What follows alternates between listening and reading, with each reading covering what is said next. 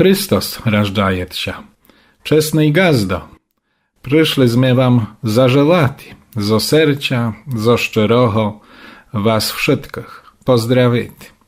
Żelamy wam, żeby wam rosły dity i jagnięta, żeby wam się hodowali swyni ta paciata, żeby się wam pszczoły weli, medu nanosili, żeby wam korowy dobry się doili, żeby dzieciom na chleb masła szczero nanosili, żeby wam sołonina z komina nigdy nie wychodziła.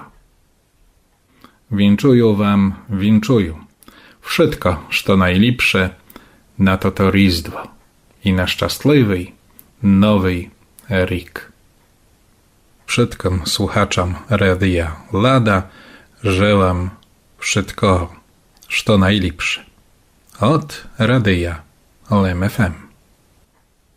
Глибокій долині звізда ся з'явила, де пречиста діва мати сина породила, де пречиста діва мати сина породила, як його зродила, так йому співала.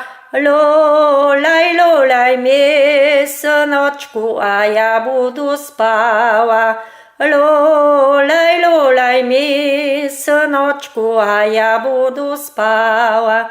Засни, мамчо, засни, хоцьки на годину, а я піду там до раю, принесу перину.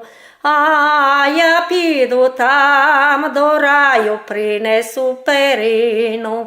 Ой, сину, мій сину, де ж ти того годен? І що не є 2 години, як я ще народив.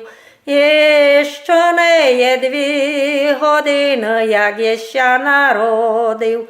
Мамчо моя, мамчо, де ж бом я не годен, і що ємся не народив, світ землю затворив, і що ємся не народив, світ землю затворив. Радіо Лада. Радіо Лада.